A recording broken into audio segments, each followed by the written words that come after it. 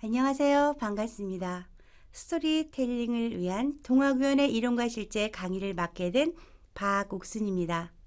저는 중앙대학교에서 석사를 마치고 한세대학교에서 박사를 이번에 마쳤습니다. 그동안은 전국을 다니면서 동화구연 강의를 해왔고요. 그리고 어르신부터 아이까지 장애인까지 오랫동안 강의를 해왔습니다. 자, 이제부터 여러분들과 동화나라로 여행을 떠날 수 있는 시간을 재밌게 마련해 보겠습니다. 자, 시작해 볼까요? 자, 우리는 오늘 동화구연의 이론과 실제 저희가 이제 첫 차시를 맞이하게 됐어요. 자, 맞이하기 전에 우리는 누구일까요? 라는 이 주제를 가지고 문을 열도록 하겠습니다. 옆에 있는 이 도표를 보면은 무의식이 80%, 그리고 전의식이 10%, 의식이 10%. 누구의 이론일까요? 네, 맞았습니다. 프로이드의 이론이에요. 프로이드의 이론에 보면은 우리가 살아가면서 내 안에 잠재되어 있는 무의식이 80%고, 그리고 우리가 의식을 하며 살 수 있는 게 10%, 그동안 배우고 학습한 게 10% 이렇게 살아간다고 합니다. 그 유명한 아인슈타인도 여기에는 20%도 채 못 쓰고 죽었다고 합니다. 자, 그러면 이 80%의 비밀은 무엇일까요? 자, 우리가 한번 생각해 보자고요. 엄마 아빠가 결혼을 했어요. 아빠의 정자와 엄마의 난자가 만나서 세포 분열을 하고 세포가 2개로, 4개로, 6개로 이렇게 분열을 하면서 눈이 되고 코가 되고 머리가 되고 우리 몸속에 세포로 남아 있어요. 자, 그러면 우리는 조상으로부터 물려받은 좋은 유전인자도 있고 또 나쁜 유전인자도 있고 정말 수많은 다양한 많은 유전인자가 내 몸에 들어있다고 알고 있어야 해요. 그러면 나는 동화구연은 그래, 목소리가 나빠서 안 돼. 나는 동화는 나하고 관련이 없어. 이렇게 생각하는 분들도 있을 거예요. 그렇지만 내 무의식 속에 어디엔가 나도 어렸을 때 정서가 가득하고 아이들을 사랑하고 내 마음은 따뜻한 구석이 있어. 이런 마음들을 갖게 될 것이에요. 자, 그래서 여기에는 선생님들의 무한한 가능성이 얼마나 큰지 잘 아실 수 있겠죠. 그래서 선생님들은 지금부터 재밌고 즐겁게 동화나라로 떠나볼 거예요. 저희가 1차시부터 24차시까지 준비가 되어 있는데요. 저희는 이번 2급 동화구연가 자격증, 이 자격증을 취득하기 위해서 프로그램들이 진행이 되는데요. 거의 다 교수법보다는 저희가 구연법에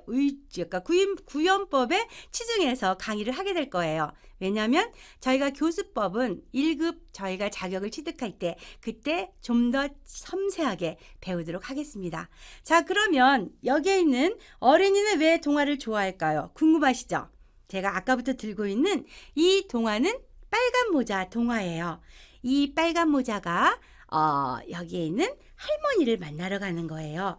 할머니가 아프셔서 도시락을 싸가지고 이렇게 할머니를 만나러 가는데 할머니를 만나러 가다가 누구를 만날까요? 맞았어요. 늑대를 만나요. 그럼 이 인형 속에는 이렇게 늑대가 숨겨져 있어요. 재밌죠? 이렇게 동화 속에는 다양한 등장인물이 들어있어요.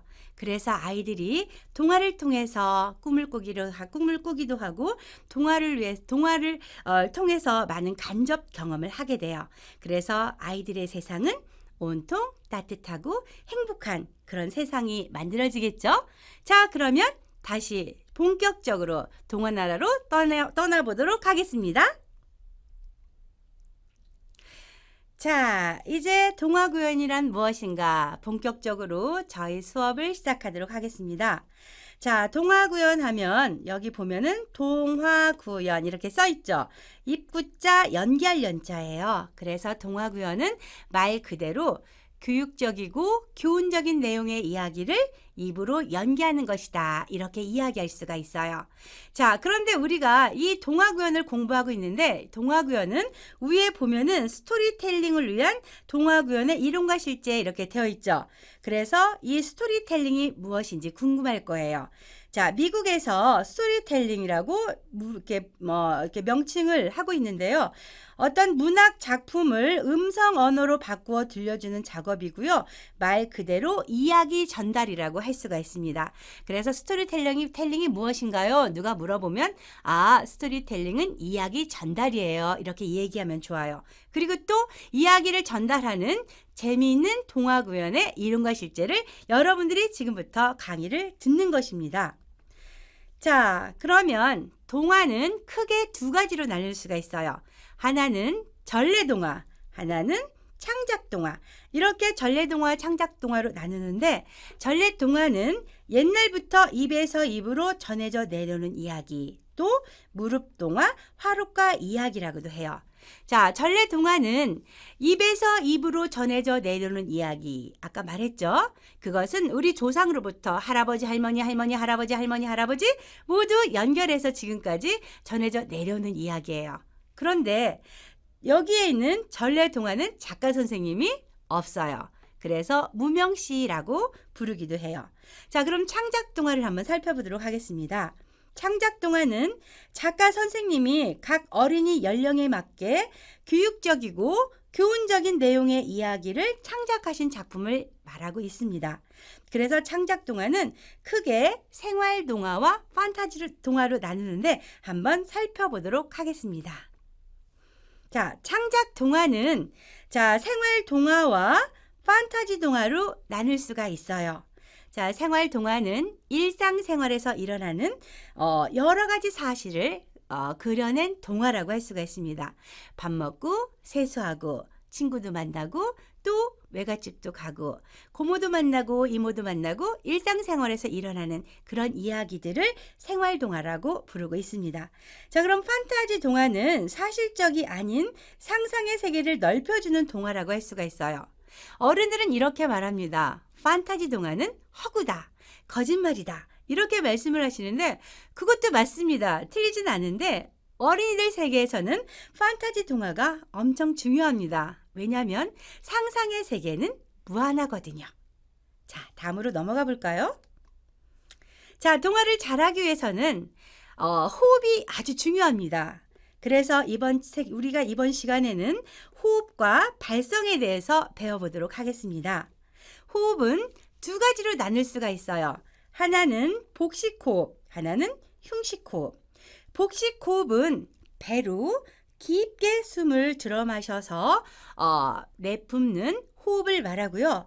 흉식호흡은 가슴으로 쉬는 호흡을 이야기하고 있어요.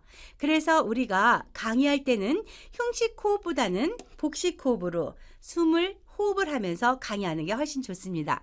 자, 여러분, 제가 여러분들에게 강의하는데 언어가 쏙쏙 들어오지 않습니까? 이것은 제가 지금 복식호흡을 하고 있기 때문입니다.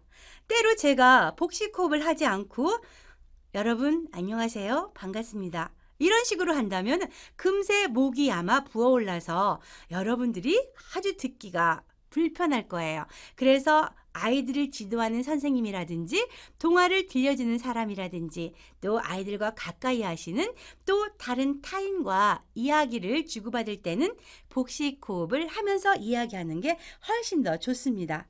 자, 그러면 복식호흡을 하기 위해서 숨쉬기는 어떻게 구성되어 있는지 한번 살펴보도록 하겠습니다. 자, 숨쉬기는 들숨과 날숨으로 되어 있습니다. 들숨은 말 그대로 호흡이 들어오는 걸 말하고요. 날숨은 밖으로 호흡이 나가는 것을 말합니다.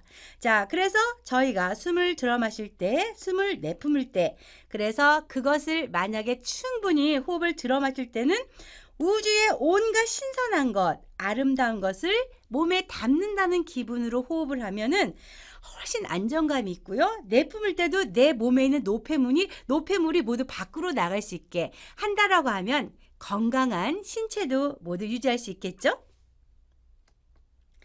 자, 그러면 이제 발성과 관계된 신체 기관을 우리가 살펴보도록 하겠습니다. 자, 몸 전체를 공명실이라고 합니다. 그래서 제 모든 머리끝에서 발끝까지 모든 것들이 저희 공명실이라고 보면 됩니다. 그래서 내 몸은 악기와 같다. 이렇게 표현해도 돼요. 그래서 저희가 언젠가 TV 매체에서 선전이 나오는데 성악가가